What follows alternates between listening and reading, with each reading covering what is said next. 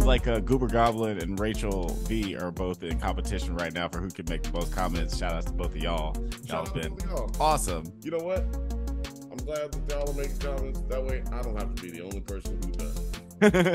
Yeah, it gets so lonely in the comment section. Yeah, man, I get tired of sending party time emojis. Ain't nobody at the party. Well, little known thing for those two, they are now going to be official contestants on Drunk Banthas Bible Bonkers now. Shout out to Rachel. I think she went over and subscribed to. I'm pretty positive she subscribed to 9 Nerd Yards. And, you know, oh, nice. So, maybe we should do the show. Oh yeah, maybe we should start the show. Yeah, let's get right into that thing. mic too. Let's do the thing. Get right into that mic. Let's do the thing that we're doing. Hello, you beautiful nerds. Welcome to the Drunk Banthas podcast, where we talk about sci-fi, fantasy, horror, and all the popular art that we love. Also, we do it drunk. Mostly. Always encouraged, but never mandatory. Today we are talking. I'm joined as always by my co-host and brother, Uncle Baby Bill. How you doing? I'm doing great. Favorite uncle's favorite uncle. Here to give you another great episode of Drunk Banthas. Now, we got ourselves a special guest. As always, got a special guest. This one right here, he got a good heart, and he is also got his life right with the Lord. That's right. His name, Money Blakeweather. Now, give him a big hand. Thank you. Hallelujah. Thank y'all, everybody. Thank y'all, everybody out there who's cheering for me. All 10 of y'all. I love y'all. Thank y'all so much. I wouldn't be here if it was only 9 of y'all. I wouldn't be here, but it's 10 of y'all. So I'm showing up. We show up and show out. That's right now. Yeah, before we get into the episode, just want to thank you for coming on and just tell the people what's your relationship with the Gemstone family? How big of a fan, how long have you been a fan of Righteous Gemstones? Since you told me y'all were breaking it down.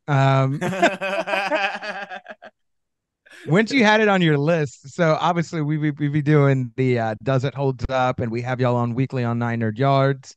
But when you gave me the list that y'all were thinking about breaking down Righteous Gemstones, I was like, I saw that they had 2 seasons, and I was unaware that they were coming with a third. So I was like, that's weird, but okay, so I started watching it, and I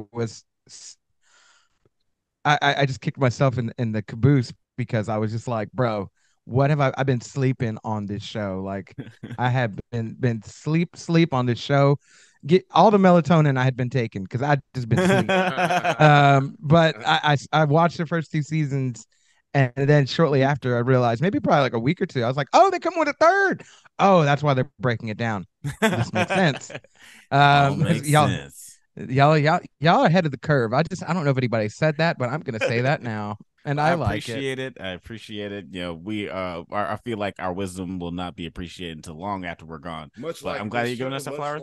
Much like this show, and much like Jody Hill and Danny McBride, those guys are underappreciated, which is why we started doing this show. I hope we are ahead of the curve a little bit on these guys, because I've always think it, but I would never say it. So I'm glad you said it. I said it because we just feel like they don't get enough love. You know what I'm saying? And we got to stick together. People who don't get enough love, who make mediums of entertainment for people. Yeah, yeah. It's funny because there's always a couple of shows that you see every year in the comedy or drama, nominations for the Emmys, and shows like this never show up there, and they never really get the credit that they deserve, because these episodes are really well directed, really well written, and I guess we'll just go ahead and this hop show's into better it. than your favorite show. This is your favorite show's favorite show. Favorite show. That's right. You watch this show, you'll have a new favorite. Also, everybody in the cast is really fucking awesome. If just about anyone who's on Instagram that's on this show has shouted us out or liked something that we've done. So shout out to y'all. Shout out to Joe. I'm gonna shout out Joe every time we talk about drunk Banthas, anything. I'm gonna talk. So Blake, Joe was in the last episode. He was one of the extras who kidnaps Keith. He's the one with next to the guy with the gas mask on, and so yeah, he hit us up in the DMs and drunk Banthas, and I'm like, that's what I'm talking about, man. Like, that's we appreciate y'all because anybody who's associated with these shows, we appreciate y'all because y'all are doing the Lord's work right now. Amen. Hallelujah. These are the best shows on TV. We're not just saying that because we cover them. It just so happens that's the only reason we're covering them. It's because they're the best. But it's okay if you are.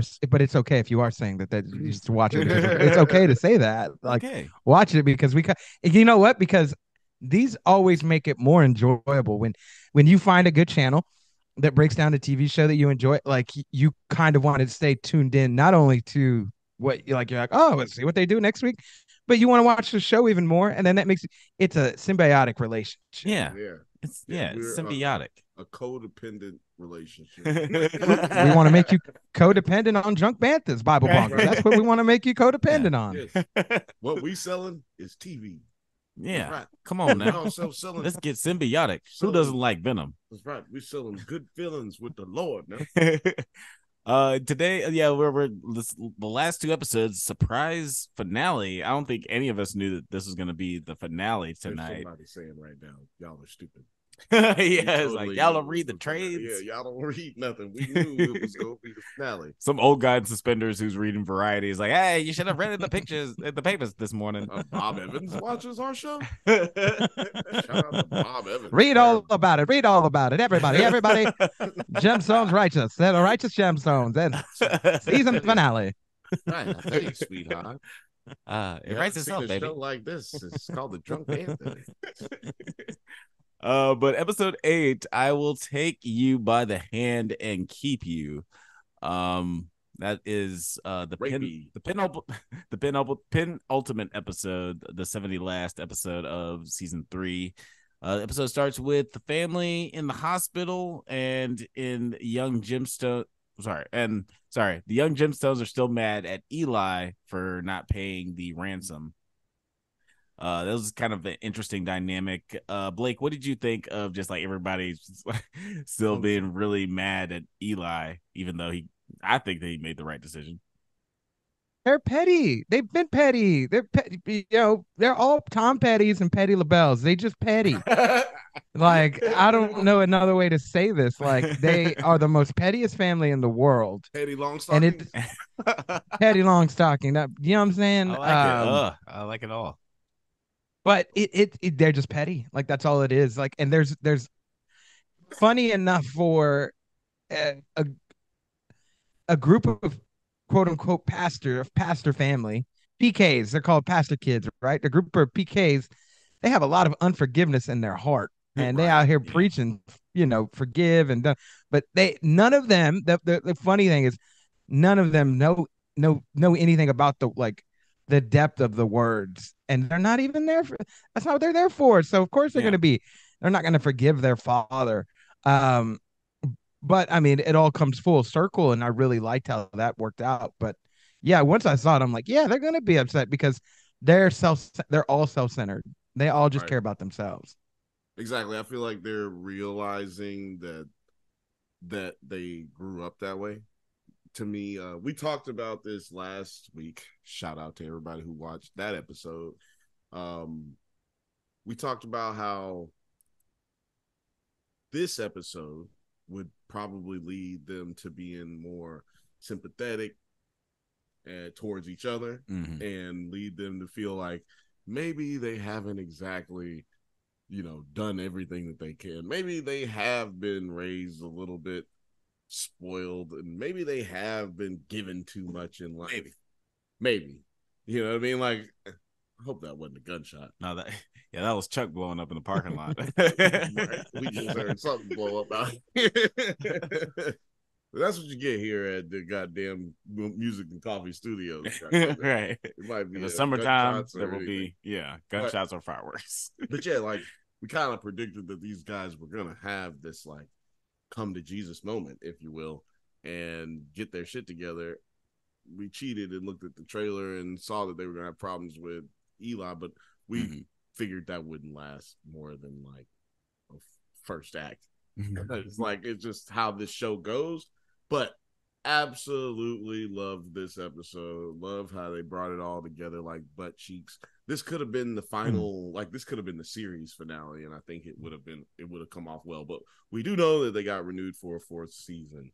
So hopefully HBO doesn't cancel that anytime soon. But yeah, let's get to the nitty and the gritty. Ooh, in the gritty. Yeah. That's right. Yeah, I also think that it was interesting, like the way that they were combative against each other. But I guess we'll get back to that, I guess, in the next episode. But it was interesting, just I guess seeing them be consistent in their shittiness. They're always selfish. They're always self-serving. Always. Man, yeah, this didn't change anything. But then we move back over to the Montgomerys.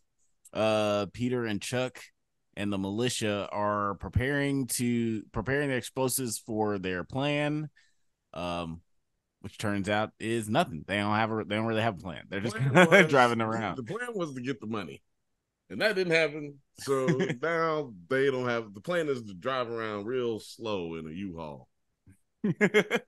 Yeah, that sounds like a pretty solid plan. They're on the run. Ooh, it can only be so exciting when your gas tank is getting down low. None of them have economically sound cars or vehicles, rather.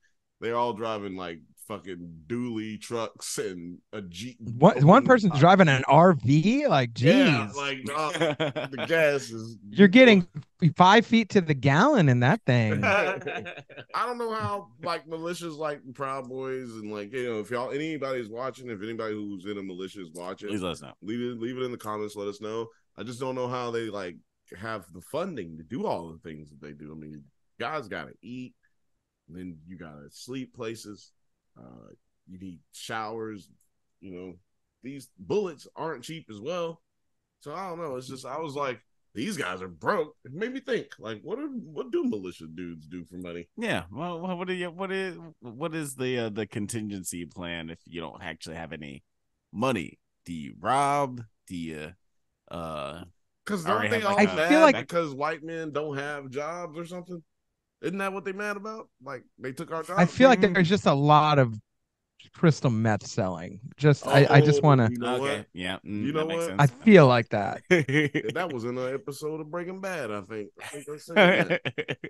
This was correct. Yeah. There was stuff. Thanks, Blake. I needed that clarified. But yeah, with that whole situation is going on with the militia. Things are getting a little tumultuous with them. But as things get tumultuous with the militia, things are getting nice and romantic with the Gemstones in general. The whole family is coming together like butt cheeks. Oh yeah, as we like to say. That's right, coming together like white people orgy. Let's we gotta talk about the most intimate form of all of this coming together. Let's talk about the chopper. Yeah, I was just gonna say. Yes, I was just gonna say. Man. It just came up on our TV screen right now. Blake, what are your thoughts on the chopper? Just on the whole, I don't. Not Blake, get to the chopper. Get to the chopper. Oh god. This is one of the funniest moments. How much you want to bet there's a cut of her go, get to the chopper? It's gotta be. Give it to me now. Give it to me now. How did it not make it in the final cut? I don't know. Legal reasons, baby. I don't know. I have no idea. Maybe they didn't think of that. Oh god, now I got really awful thoughts of just maybe that's what Arnold does every time he's about to make love. He just get to the chopper. Maria, get to the chopper. Get to the penis chopper. It can hold you. It can hold you. Listen. Just reach out. Reach out. Oh no, I I can't. just saw Nope. fake penis flapping around on the. I hope that was a fake penis. Yeah, we hope. Yeah, BJ. BJ could is he just that be slinging? Is he that committed as an actor to just be like, He's yeah, I'll the swing my other dick guy around. that when they got into a fight, that dude He went had his- full on nude for that Yeah, fight he scene. did. He went dong. It's And it's I think that probably wasn't even in the script. They were like, "You can have your boxers on." He's like, "No, no, no, no, no, no, no, no, no, no, no, no, no, I'm no." doing it. I can fucking stroke it. I was gonna stroke it anyway, but this is kind of going over, and I figure I can stroke it now, and two birds, one stone. You know what I'm saying? Right. Get That's naked. right. Let's Yeah, get naked. it's been a summer of naked fight scenes for sure. I mean, or naked just. Would you count the waves? I'm just more thinking. There's another show that we cover called Foundation that had a naked fight scene in the first episode. That's right, ladies and gentlemen. Go over there, check that out on 9 Nerd Yards. Check out Alex and 9 talking nerdy about For hours. Foundation. For hours. For hours. hours. Yeah. Luckily, the latest stream was nowhere near as long. We weren't quite as nerdy on that one. It was about 10 minutes shorter than the last one. Yeah, it was like at least 5 minutes. But was there penis helicopters? This is what the fans want to know. Did a white man fly and take off with a penis helicopter? That's what I want to know. Because that's what happened. Twirl, twirl, twirl, twirl. We all want to see it. Let's talk about Bill while he's gone, huh? Yeah, let's talk about Bill, man. Isn't he? He's dumb. Who invited him? He doesn't even go here. He doesn't even go here. Oh man, I've been trying to think of an excuse to talk about Mean Girls since the inception of this channel. You don't need an excuse. The limit does not exist. You can just talk about that movie. I'll talk about that movie with you. Like that movie for me, there's certain movies that I grew up watching because I babysat my sister a lot. Mm-hmm. She went through a Bring It On phase. She went through a Lilo and Stitch phase. Okay. And then she went through a Mean Girls phase. So I've seen those movies hundreds of times. Yeah. I could quote those movies. Lilo and Stitch is a weirdly a blind spot for me. But I got a dope Lilo and Stitch t-shirt. Yeah, Lilo and Stitch t-shirt. It's Stitch, but it's like anime, and it's got like anime like Japanese letters and shit. I like it. Also, Bill, we were talking about you, so we just want you to know that. I know. It's cool. It's cool. All good things. All good things, I hope. You can watch the episode later to find out. But what happens next in episode 8? Uncle Baby Billy has taken on the official position of spiritual mentor. Before you get to that, okay. Oh no, yeah. We've also we were talking before I had to leave. We were talking about the love. Oh yeah, love, and we didn't get to talk about Keith. Yeah, and Kelvin. Keith and Kelvin. Giving that damn full body massage. When he touched the butt, okay, I'll be honest. Before I started watching y'all, I did kind of get a sense. I'm like, oh, there's just in my head, maybe I'm naive. I don't know. But I'm like, oh, they're just like a bromance. Like it's just heavy bromance. Right. And it's a little homoerotic, but like that's what they're making fun of. They're making fun of the homoerotic bromance. But I think in an episode that it was maybe as an older one too. Because y'all broke down like not just this season, y'all broke down season 1 and 2. Yeah, okay. So I watched some of those, and there was a mention, I believe it was you, Alex, who talked about very early on, you were like, it's only a matter of time before they have these two being lovers. And when you said that, it made me view, like I had already seen, I was like halfway through season 2, and then it made me watch the rest of season 2 differently. And it made me like alert, like you had my little like antennas, my little antennas.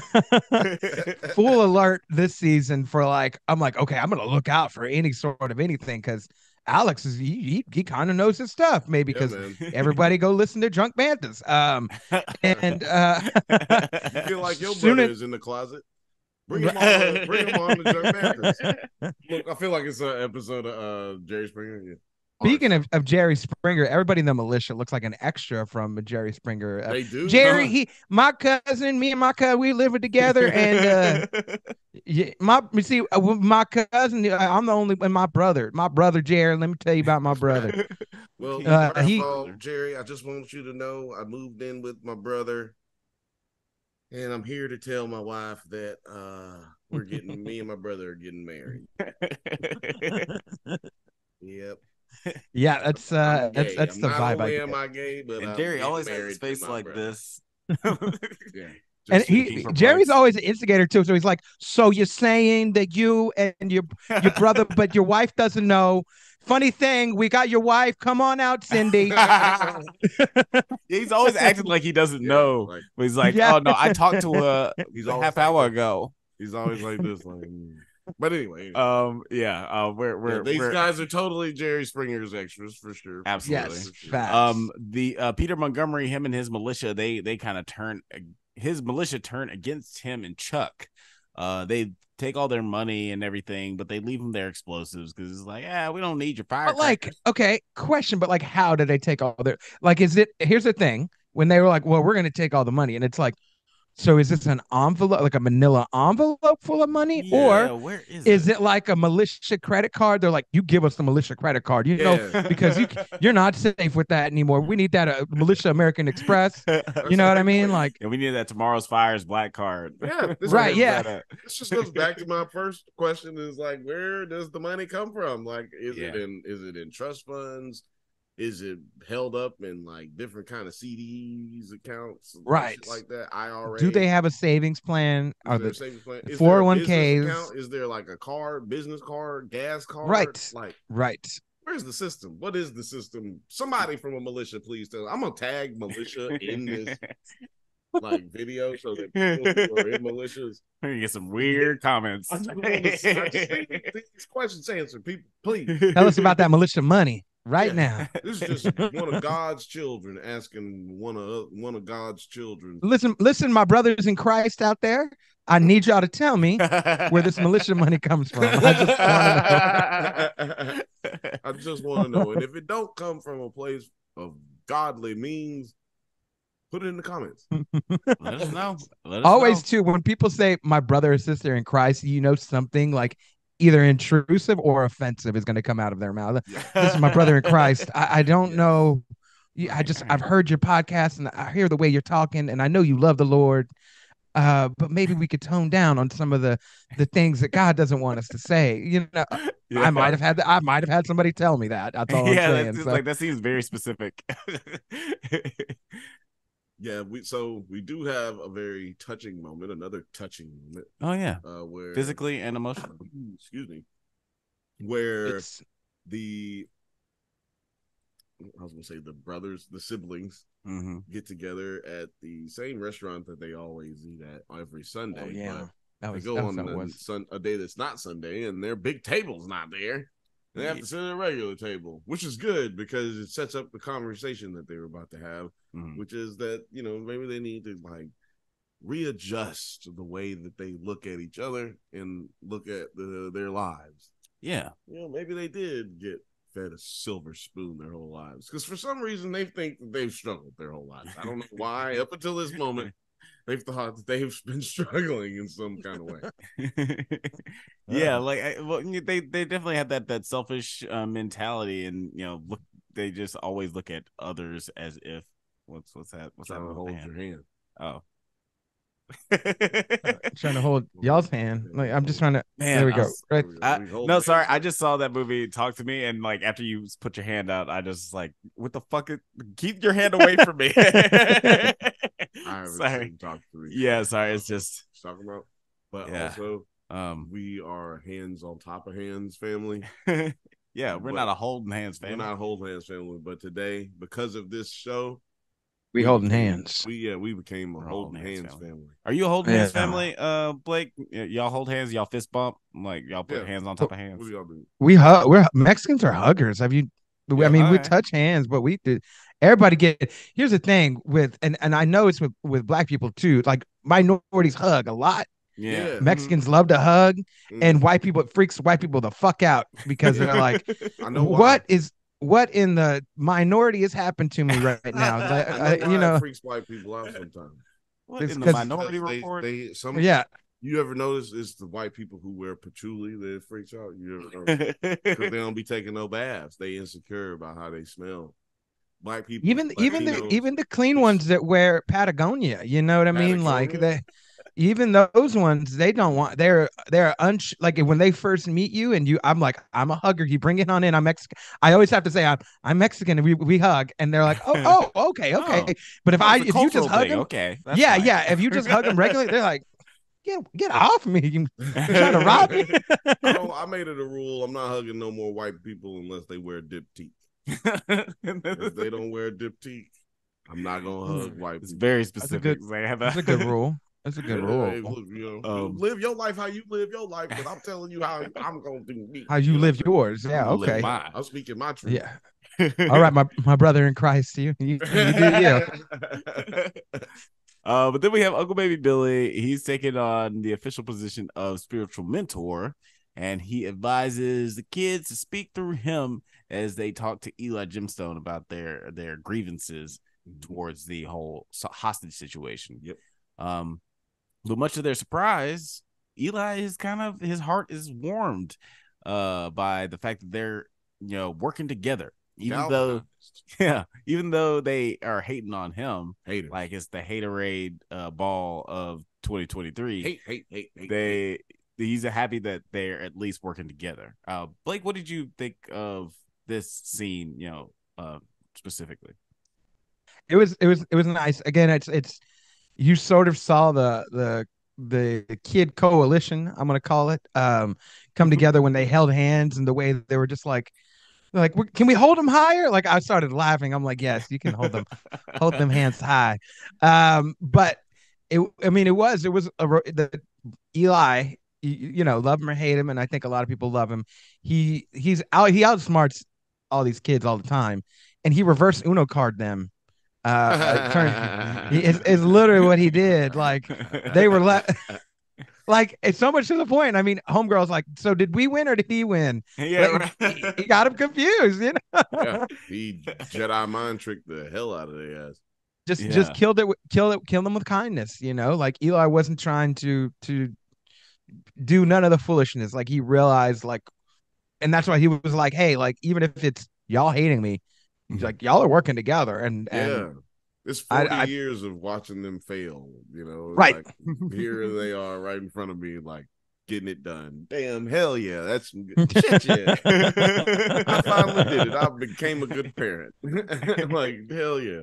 Hey, can we talk about Uncle Baby Billy being the like mediator in this? Like, we can always talk how ridiculous that is. Like, and him being like, because I am their spiritual mentor, and I'm like, bro. Uncle Baby Billy, you're going a little bonkers right now. But it's always ridiculous. With it. Yeah, sorry. Yeah, but it's always ridiculous to hear, and the reason that they're going along with it is like, well, I'd rather have him say this. I would rather stick with this ridiculousness than to like have my dad be right or have him see us be like, oh, we disagree on this. Like, we're got to stick to something, like whatever. Let him say what he needs to. Uncle Baby Billy is just, nobody takes him serious anyways, so whatever, say what you need literally to. Just there at times. But we were just mentioning today, I mean the last episode, like Walton Goggins could not have been in any of these scenes. They could have just not had him.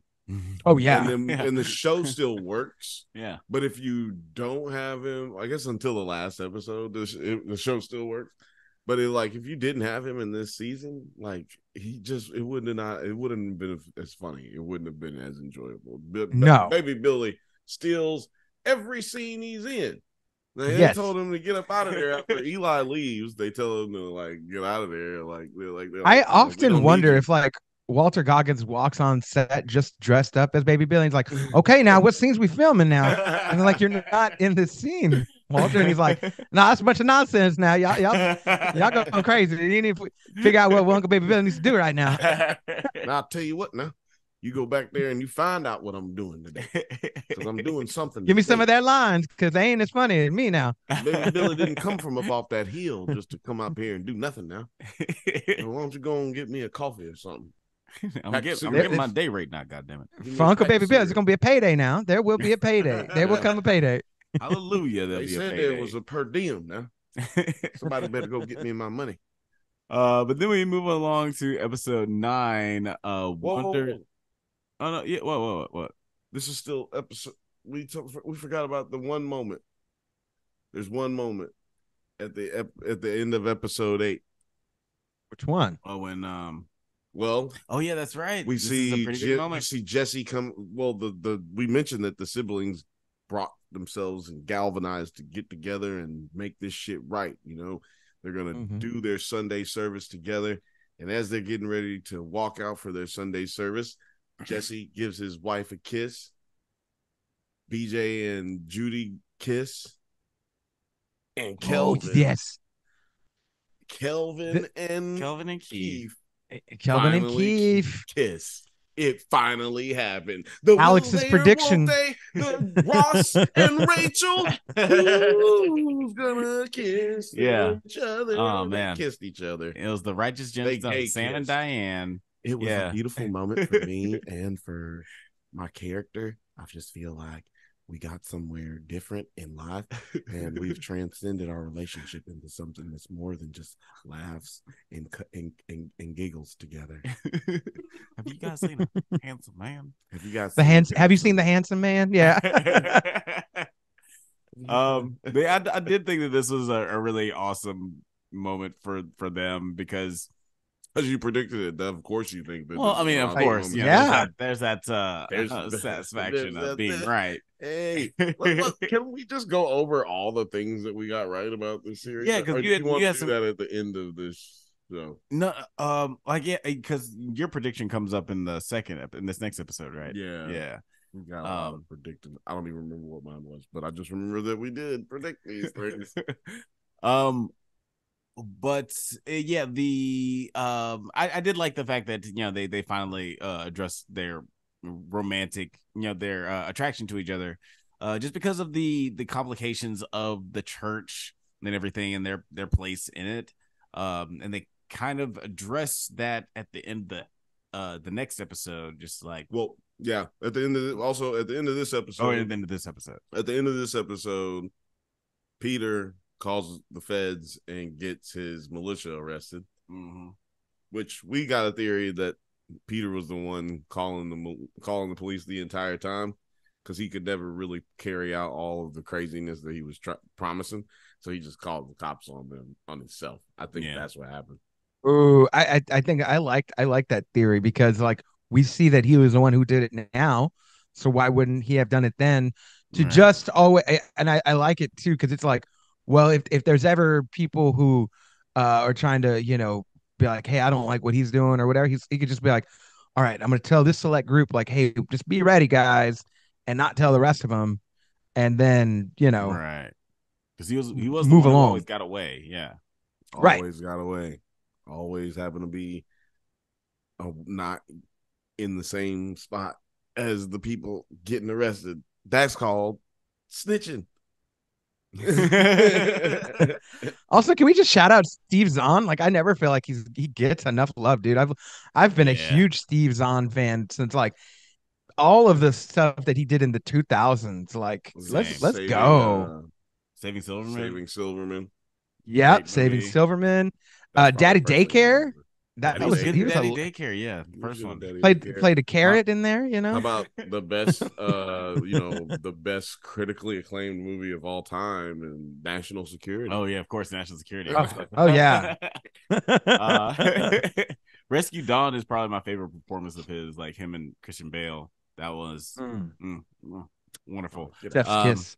Get out of here. Look, see, that's how you know he's hipster. See, that's how you know. That's how you know his DVD collection is in alphabetical order. That's how you know. That's how you know when you ask him, you're like, what do you think of Forrest Gump? He's like, I mean, it was okay. Bro, come on, man. Shut up, bro. Get out of here. Yeah. He can't do that because he's a University of Alabama fan, so he knows who the greatest running back. He knows who the greatest running back of all time was. It was Forrest Gump. Yeah, everybody knows every day. Everybody knows. Goddamn boy.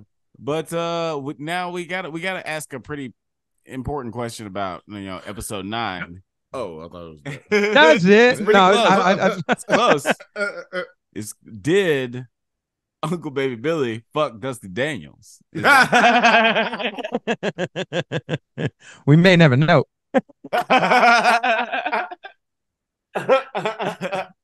Did he? Did he fuck Dusty? Put it in the comments. Let's see some votes. Did he do Dusty? Put it in the comments. How did you feel about just like this whole story? Cold open. This cold open with Uncle Baby Billy talking about his relationship. The story give me Baby Billy telling the story to start off more episodes, first of all. Like, absolutely. And then the whole Gene Hackman bit was like, bro, y'all did was it Gene? Y'all went there. Was it him? I don't know. It was not Gene Hackman. I thought he was dead. I mean, the way I see it is 1999. Of course, they couldn't get the real Gene Hackman to play him in this moment. So maybe it was Gene. Maybe that's supposed to be Gene. You know what I'm saying? No, man. They was hanging out with a dude. That dude looked British. You know what I'm saying? Like, he had the British jawline. He did not look. Like Gene Hackman's still alive. Yeah, Gene Hackman alive. He out here popping cheeks. I'm be honest. I thought he died. I'm be honest with you. No, Gene Hackman. How old is he? Out here popping mid-80s. 93. 93. Popping cheeks too. 93. Finger popping. Yeah, we like cannot. Out here like we cannot. Wow, 93. We cannot confirm or deny. He said, "Hey, guess what, girl? I turn 94 tomorrow." Wow. We can't confirm or deny whether he's popping cheeks now, but in 99, apparently he was popping them cheeks with Dusty Daniels, looking him in the eyes. No. That was Oh yeah, no, that was That was the bromances. Gene Hackman was there though. He was smacking cheeks. Yeah. That was a wild scene. Again, that went from 0 to They went from 0 to 100 real quick. No, touching dicks, that for sure happened. They crossed swords. Compared to because we all watched The Idol. There's a lot of sexual scenes going on there. How do you feel like they balance the sex and the exposition, the sex position, as you will, in this show as opposed to The Idol? Like they did the right amount of boobs in this one. In the other one, I think I've said this before. In The Idol, it got me to a point where I was sick of seeing skin. Right. I was like, bro, like when I'm like, oh, tits again. Right. Can't have sex with your girl because you like, good Lord, I just saw sex. 2 hours again. Yeah, it's well, I think that's a ridiculous question to ask you, only because this is The Idol, and this was a full-on orgy, and it still was like lighter than it was still light compared to what we had to do with I think I'm always comparing everything to The Idol now in my brain. Idol, yeah, it's like comparing every tragic it's like comparing every terrorist attack to 9/11. Like it's like I was just had that much of a just gonna take everything to 9/11, the mass shooting, 9/11. Yeah, man. I was gonna say buy some new like cutlery ware. You're like, how does this cutlery ware compare to The Idol? I wonder how this fork and knife combination. I wonder how it works compared to The Idol. How does this compare to this knife has a nice sharp edge, but is it as cutting edge as The Idol of The Idol? Right, yeah. Probably so. Yeah, man. Yeah, no. It's terrible. We can do that joke for a long time. But you know what we got to get into? Uncle Baby Billy's Bible bunkers. That's right. Bible bunkers now. It finally came true. I can get you dusty. Hey, all you got to do is do my show, Bible bunkers. And that so it's the such a smart. Contest has been started. It's such a smart plan too, because it's like he kept that ace in the hole. Like he was asking the family to do it. I think one of my favorite bits was when he kept asking about so Eli now, if something was wrong with the children's, would their agreements that they made still be good? Yeah, he was hard hustling on that last episode. He's like, hey, if anything happens to him, let's make sure all the agreements that happened before, stay safe. Still moving. Yeah. Exactly. Yeah. Now, I think it's interesting that we have another heartfelt-ish moment in this, in the last episode, which is weird because there should be 10 episodes. Why do 9? Yeah. Why do 9? Maybe we're wrong. Maybe this ain't the last episode. I don't know. We're treating it like it is today, though. God damn it. So, we get a good not Carl, but a Peter and Chuck moment. I also want to shout something to this. I'm going to add to you, like not to. Yeah. When he's driving, I'm rewatching right now. When he's driving, he hits a locust on the way to the store. Yes. No. Yeah. He when he gets out. So like right after great check. Great. No, check. he hits it in the car. Like he hits it with the car. He does hit it in the car. Yep, that's true. And when they stop, he like ends up flicking it after they have their conversation about how he was really proud of Chuck. Mm-hmm. Why I don't know. Anyway, he was really proud of Chuck for sticking by him, even though he's a fucking psychopath. And so he asked him. He said, "What cracked me up?" He said, "You want to go do the coin star?" Like, come on, go in here with me to do the coin star. Like, it's like a thing that a 7-year-old would be excited about. Right, exactly. But you know what? It's like shit. Look, man. Somebody asks you to go in to do the coin star with them, man. They love you, dog. Like, come on in here. That's like a lot of vulnerability. Yeah, man. That's country love right there. You go. I remember doing that with my mama. Yeah, right, exactly. Good time. Like, you get to swipe all together. Me as brothers. Yeah, we have gone together and done it. You know what I'm saying? Just two little country kids out here misbehaving. Yeah, just two country kids outside misbehaving. So that was a cool little moment, but I knew right then either Chuck was gonna die or he was gonna leave. Thought he was gonna leave. It was. I just knew one of those things was gonna happen because he had his little speech. Yeah, you know what I'm saying. And so we get Peter going inside and only getting $12. Now, when he held up that Gatorade bottle full of quarters, he said he was gonna get $30. I was like, man, that's probably $10 right there. Yeah, I'm looking at that. If he got all quarters, that might just be $10. I was like asking myself, I'm like, wait, how much silver change you got in there? You got nothing but pennies. You ain't. Yeah. I see a lot of copper in there, homie. Yeah. His arm looked like it wasn't even heavy. If you anybody who coin star know, you're gonna be at the coin star like this. If it's about $30, you're gonna be like this. Yeah, it's a good day today. It got a good day today. Yeah, the harder you struggle, the hallelujah, there'll be a payday. But there was a huge explosion in the middle of the parking lot. Yep. Nobody hurt. But Chuck thinks that his little baby boy. Peter thinks that his baby boy Chuck has been killed. But sent to the Lord. But life goes on as the Gemstones are unaware of all this explosion nonsense until Chuck shows up and says, "Hey, I ran away from Peter, and I want to join the Gemstones." It's like switching up gangs. Yeah. Very much, it's a change of colors. I like the Gemstones now. They don't want to blow up the world. Yeah, it's a pretty easy decision to make. A lot less violence. Unless you're into that kind of thing. And then they decide they're gonna participate in Uncle Baby Billy's Bible bunkers, because they know the Bible like the back of their hand. And that's where I didn't believe that for a second. Before that. Keith gets the sex mobile, the smut mobile. Smut mobile. Smut blockers. The smut blockers. Gets that van stolen by Peter because Peter is just still hell bent on just blowing shit up. Yeah. I would look at it as like, oh, look at that.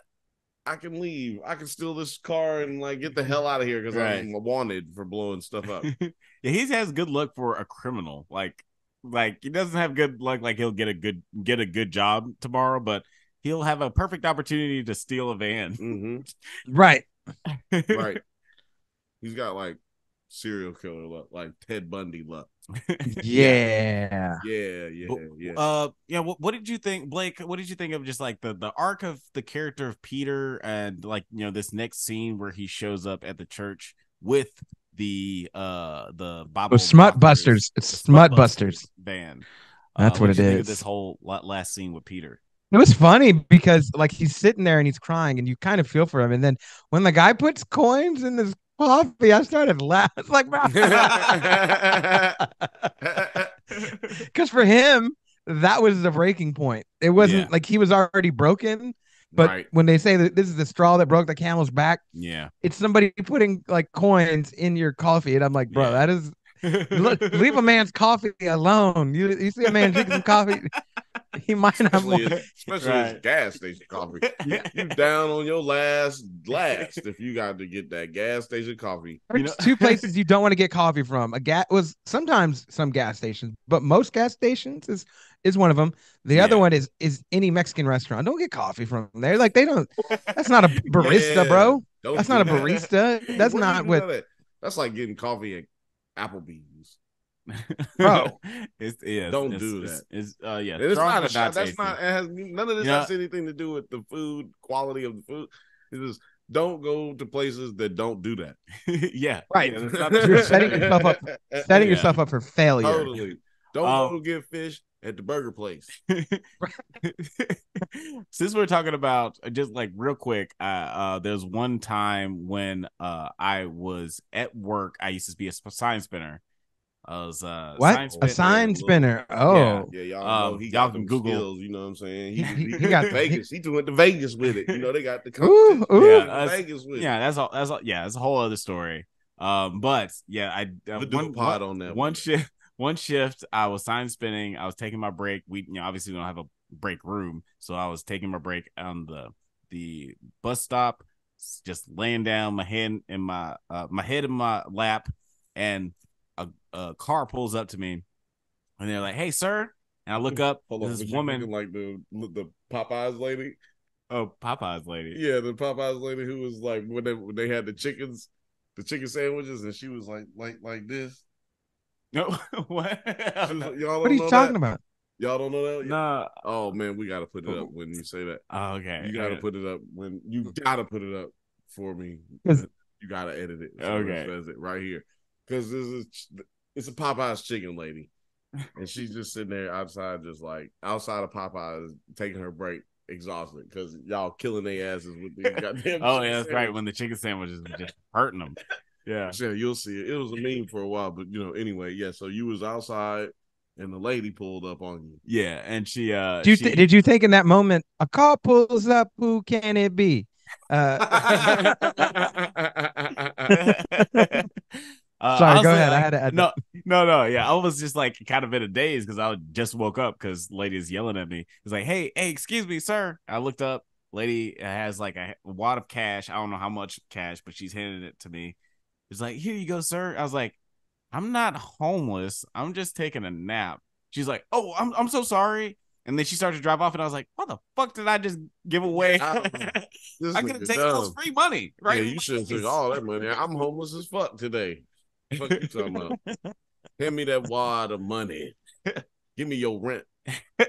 I think about that every day I'm broke, which is pretty often. And then that lady thinks if she tells the opposite of that story. She's like, listen, the most embarrassing thing happened.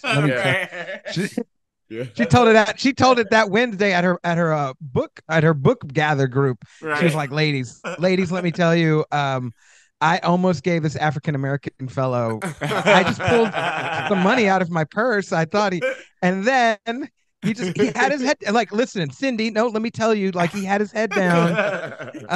And he just down. You don't understand. You're not getting the full spectrum of what I'm trying to deliver. She definitely went to brunch that day, right after that. Yeah. She was like, oh my God, so embarrassing. I almost just lost $1,800.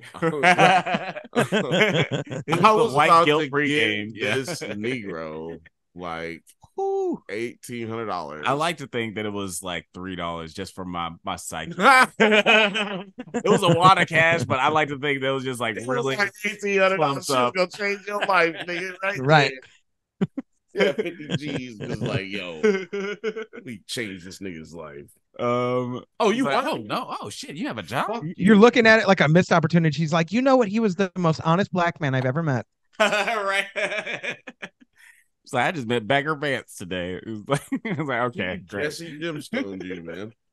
I feel like that's a Jesse Gemstone move. Like, I was gonna do something nice, but then he was like, "I got a job." I was like, "Freeloader, fuck out of here." Man. But yeah, sorry. We're back to the gemstones. We get to episode 9. Favorite part, the best part of the whole fucking show. Bible bunkers. But something goes with Billy's Bible bunkers. You know, the Bible bunkers are going pretty fine. It seems like everybody's having a good time. Right. But something disrupts the whole situation beyond Peter Montgomery showing up with a. I was gonna say, first of all, like the tension's already building because these fools don't know anything about the Bible, or they're just not quick on the draw. And they're getting demolished, bro. But it's respect because they did not want to cheat. They did not want to cheat. Uncle Baby Billy did give them an opportunity to cheat as he brought them the cards. Oh, I'm distracted now with these cards. Go, I don't know. Tell you now, I'm proud of you. I'm proud of y'all. Now, when he said, "I'm your daddy," and that whole scene, tell me that was improvised. Tell me that was improvised because that was hilarious. Oh that was hilarious. I'm your daddy. I'm your daddy. You're not my daddy. You're not my daddy. Oh yeah, they gotta be anywhere between like Mississippi and South Carolina. Like there's somewhere in there. But also too, when he gives all the gemstones a kiss, and then he just tells them again, he's like, "Hey." Yeah, he top shook their hands. He just like grabbed the top of their hands like a preacher does, like or somebody running for president. He just kind of grabbed the top of their hands and just held them like, "All right now." Yeah, I'll see y'all later now. Yeah, it's a very specific way to be intimate with someone that's not like that's also restrained. Right. It's like you can see my hands. I'm not touching you in any awkward ways. Also, I don't want you to touch me. Right. Yeah. Go on now. But yeah, Peter shows up with the bomb. Explosives, and they're rigged to a Fitbit that is wrapped around his wrist. It's kind of a makeshift dead man switch that will make a bomb go off if he is killed or if it just can't read his heartbeat anymore. That's right. But this is kind of all disrupted in kind of a flash where a bunch of locusts show up out of nowhere. Can we just talk? Before we get to the locusts, can we give Tiffany some love, man? She was out here throwing it down, man. On the piano. She was killing the keys. She was killing it, man. Did y'all like Baby Billy's Bible bunkers? It was fun. It's the best. It was God's favorite show. What are you talking about? Like, of course, right. I thought the funniest thing to me about it was the dancers in the little get-ups, what were they, little German get-ups? I was like, who picked the wardrobe? Like, and why are they dancing so crazy? This does not match the show vibe. Like, y'all doing a lot, but the whole ambiance of the band and everything, I'm like, oh, this is very like on the nose, like, a 70s show, a 60s game show. You know what I mean? So I was here for it. I'd tune in. And I was trying to pay attention because I'm like, I bet you I know a couple of these questions. And guess what? I did. Yeah. You know what? They should have put me on their team. You know what? No. That really does make me feel good. Now that y'all say y'all like the show. Y'all like the show. Uncle Baby Billy, we liked it. We like your show, Uncle Baby Billy. It was good, Uncle Baby Billy. I always wanted my own game show. He like wanted one ever since episode 3. Now he's like, I always wanted one. That was my dream. I always wanted a game show. I've always wanted since this morning to be a host of a game show. Yes, crazy. I love Uncle Baby Billy. You can't get enough of him, except for like season 1 where we had to see his dick. That was weird. Yeah, that was a little weird. But other than that, we got to see at least one dick every fucking season.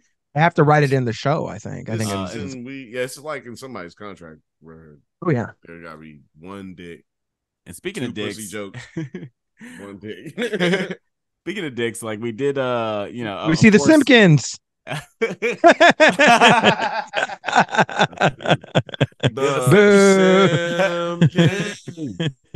The Simpkins were participants in Uncle Baby Billy's Bible Bunkers. And Shea Wiggum was out here as Dusty and one of the participants. Billy got him in there. This has got to be the summer of Shea.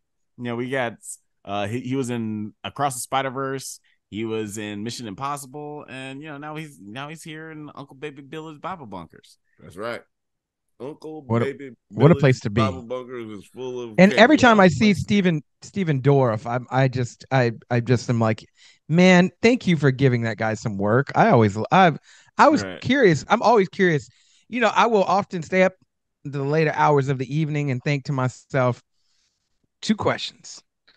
What is Christian Slater doing nowadays? And what is Stephen Dorff up to? I hope he's doing good. Those are 2 very good questions to ask yourself. And that's what sometimes you got to stay up and think about these things. I haven't been able to do a good Christian Slater impersonation in a while.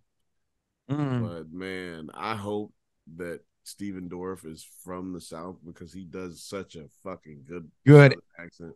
Yeah. When he did True Detectives. Yeah. Okay. That shit was the last so good dope. season. He did it with Mahershala Ali. If you hadn't seen that, go check that out. That was what a good combination of people. Yeah, no makeup use for Mahershala Ali. He just looks that old. He just looks old. We already we have established this. That man is 5,900 years old. Yeah, let me tell you something. Old. I've seen it in person. Old. But yeah, what did you guys think of just like the whole locust situation? Isn't it like a sign of like God? Like it's one of the plagues in Egypt. It's like a smite, right? It's not like is a good thing. Y'all been smited. Y'all been smited by the Lord, right? It's I'm curious of just what is that just like the full significance of it? There is this is a literal Deus ex machina where God is coming down and stopping Peter from blowing up everything. Everybody's waiting for us to talk about it. Let's talk about the nigga whose head got fucking splattered. All right, that's what everybody's here. That was wild. People been sitting here waiting on us to talk about that this entire fucking time. That is the only thing we want to know about. God damn, that shit fucked me up. My gosh. Like, boom. Oh, shit. Why could I not stop laughing? It reminded me of the scene in 1,000 Ways to Die in the West when they're moving the ice and the guy, like the rope, like they're trying to pull ice up into a building, I guess, or something. And the ice, one of the rope snaps and one of the guys trips and the ice falls on his head and it like literally it like shatters his head just like this. That's exactly what this reminded me of. And I'm always here to laugh. I'm like, oh my God. Yeah, that fucked me up. I laughed so hard. I was like, God no. Uncle Baby Billy's like, well, I guess we're gonna have to do some reshoots. Huh. Like reshoots, motherfucker. You're gonna have lawsuits. That's what you gotta worry about. Yeah, and in this moment, what are you gonna do? I guess it's an act. It's an act of God. It's an act of God. Yeah, like even insurance acknowledges these things. But yeah, after the smoke clears, the locusts clear, as it were. Jesse gets a moment where he saves Dusty from the locusts after Stephen Dorff's character abandons his siblings and Dusty. Knocks Dusty on his ass. Putting a bad taste in both of their mouths. And it's not just the locusts. Yeah, it's not just the locusts in their mouths. It's that feeling. Not a helicopter. I think the significance to this too is also I was watching the lines of what Peter was saying, and he was saying how essentially that like the Lord always has the gemstones back, like it always has your backs, and he's like he always builds y'all up, and like as soon as he says that, that's when the locust hit. So I think it's it's biblical, but it's also like a reflection of like, bro, it is very Deus Ex Machina type thing, but it's also a reflection of like, bro, yeah, like Yeah. they were in the Lord thick shines of on the it gemstone. inside. They were in the thick of it. They were going to lose that show. And somehow some miraculous thing happens because they are the gemstones. Yeah. They always be winning. And Right. Later on, Gideon asks Eli to teach him in the ways of The Force. The Force. Because they see Force ghosts of Mama Gemstone and Amy Lee. And then Gideon's like, I want you to teach me the ways. What did you guys think of that? Because this was your prediction that came true. That Gideon was going to be a preacher eventually. Said it episode 1. I was like, yep, Gideon's gonna be a preacher, man. He was reading Eli's book at the end of episode 1. And right. I was like, oh, he's going to be reading that book. He's going to find out that Eli was fucking crazy. And then he's going to be like, oh, man, Granddad was wild. He didn't just like, come out of the womb and start preaching. Like, well, he lived the life and he dealt with things. Maybe I want to do the same thing and live like my granddad because he's pretty damn cool. He's a pretty cool rad guy. And so, yeah, it was easy pickings for me to pick that up. I'm nothing special, but I did figure it out. And none of y'all did. So, what do you think about that? Like that sort of character arc for Gideon Blake? Did you like? I like it because he is his arc, right? His story arc. Sort of. It feels very biblical, right? Like everybody who's in the Bible, like at one point or another, like they're not the best of people, or like they just don't do good things all the time. Like, and I think people forget about that, right? Like St. Paul, like wrote like a third of the New Testament, and like he was killing people on the daily, Like there's an account of him like being essentially like the person who's like leading and killing St. Stephen. So it's just like there's all these little like bad things, and then the story arc goes like they have a come to Jesus moment, and then they're doing Jesus's business. And so that it's very fitting because like he's the prodigal child, right? Like he comes home and like he's like, hey, like I was doing bad things, and he turns that whole loop around. He's always constantly like a very brave, the bravest member of all the gemstones besides Eli. I mean, but he's always in the thick of it, and I think he's probably the most like balanced mentally and emotionally character. Yeah. So if they are gonna like do all these, hey, maybe Jesse does this ministry, Homegirl does this, and Kelvin still does the like let him be the new like associate pastor, like let him lead the congregation, or like he doesn't have to be executive pastor, but let him do the sermons, let him do some work. I think it would be great. I think that would be great, and that would show for the Gemstones Church that's the 3 generations on stage, or reflection on stage of like, oh wow, like this is where the torch is going to be, and we're okay with this. Yeah, and we can even see how obviously how that could be not received super well at the beginning, because these we're talking about Jesse and Judy. Like there's probably going to be some pushback once Gideon decides he wants to preach too, and that'll have hilarious consequences. Maybe he'll want to start his own church. Yeah, maybe he'll. Yeah, he's like, I don't want to preach with y'all. I just want to preach by myself. Yeah, I think I could see that because he's always said I want to make my own path, and so like remember he was like I'm just trying to do something to make my own path. So if he makes his own church and it's a non-reflective of like relying on the Gemstones name just to, that would be it actually. Like him just like preaching to a few people, and then it gets bigger and bigger and bigger and bigger. Yep. I like that. I like that. I've always said that if we were in the writing room, we would not slow them down one bit. Like we could get it. Like it's easy peasy for us at this point because we just watched so much of their stuff. They've got a great format of how they like to do things, especially with this show. It seems like they kind of perfected it with this show. Yeah.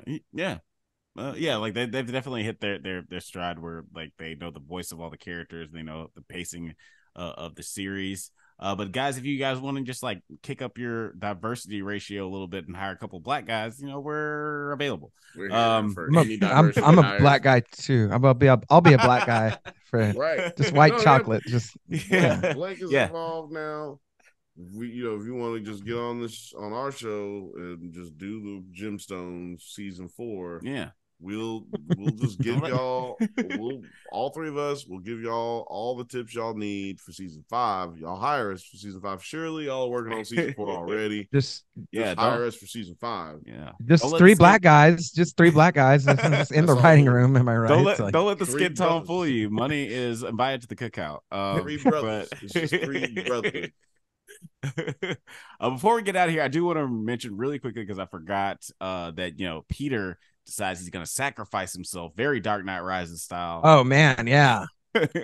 As the explosion's going off, his Fitbit falls off, so he drives his car out into the distance so we can get a CGI explosion where he only loses his leg. He's fine.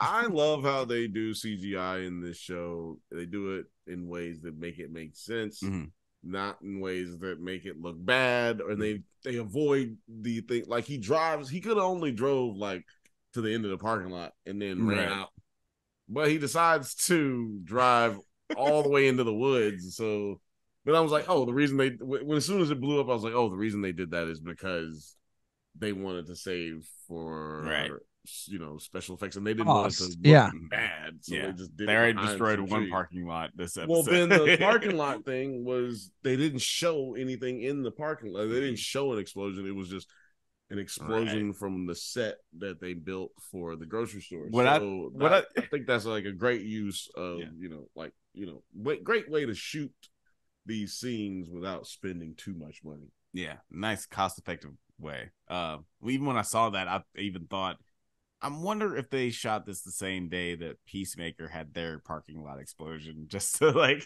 save on costs. So y'all gonna be done around 3:45.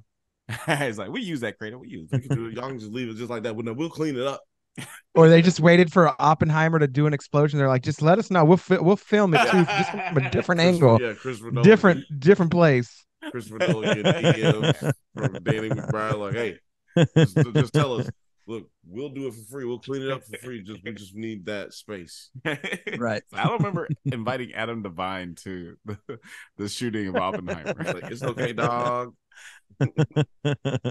But yeah, did you guys feel like this was a satisfying end of this season? Do you feel like this was a satisfying season overall? And where did you feel like it ranks amongst the 3 seasons overall? Blake, I'll let you go first. I very much enjoyed this season. And I was very happy with how they ended it. Like it's very like wholesome. Which and I'm always a bit like when things like in this season, right? I think it was like episode 4 or something, like it ended really wholesome, and I'm like, yeah, but like something bad's gonna happen next week. I already know this. I don't believe it, but like this one felt trustworthy. It felt like they closed the loop on a lot of stuff. Oh my god, this scene where BJ's talking about freaking the system. Oh right. And he's got the little earring. He's got the little earring. Yeah. Bro, BJ and his earring, like give me all of that for sure. Yeah, like honestly, my earring, Blake. Like I love that earring, the necklace he had in like the beginning of the episode. Yeah, he's just fly. He's freshed up. Yeah, he's freshed up. Our relationship with me, he's like fucking great, dude. Everything he does is great. He is an MVP of this show for sure. For sure. I gotta ask you before we get out of here, who's your MVP for this season, season 3? You know what? Everybody has been hilarious. MVP. I would probably say that Eli, John Goodman is my MVP just because he's I got one. I know why you didn't ask me too. It's because I'm Mexican, but it's okay. I'm gonna forgive I was you. gonna ask everybody. I was gonna ask both of them. But No, yeah, go ahead. Eli's my personal MVP because like he always brings it funny, but in this season he's just been very. You can see how tired he is, how emotional he is, and I love the connection with him and his sister and everything this season. But Blake, who's your most valuable player this season? I gotta throw it out there. The key man, the G man, Gideon. Gideon, yeah, Bro, super clutch in all the situations. Like Mr. Action Man to the core, saving everybody's neck, and still being a good boy and driving a little Gampy around. Come on, Grandpa, let's go. Yeah, absolutely. Not used a lot, and he wasn't in every single episode, but he was used very well. Like you said, he came in to save the day at the right times. He got that redeemer moment. I think he wasn't used a lot because of what the setup for what they ended up going with at the end. Him revealing he wants to be a preacher would have been too easy to tell, maybe if they had him a lot. Yeah. But I'm going with my MVP, which is my 2 years in a row, maybe even 3 years in a row. Heath. Oh. You're my. I almost went with Baby Kelvin from the flashback episode because that's still one of the funniest goddamn things I've ever seen in my life. You should come up, pick her up, and I told mommy and daddy. That shit is so fucking hilarious. And I almost went with Uncle Baby Billy, but yeah. But, no, Uncle Baby Billy definitely won season 1 for me. Okay. And then season 2 he did not. But Uncle Baby Billy almost got it, but he just wasn't in it enough this season for me to give it to him. Yeah. But there will come a payday. Hallelujah. What a payday. Hallelujah. Come a payday. So that does get A+ #1 song of this series.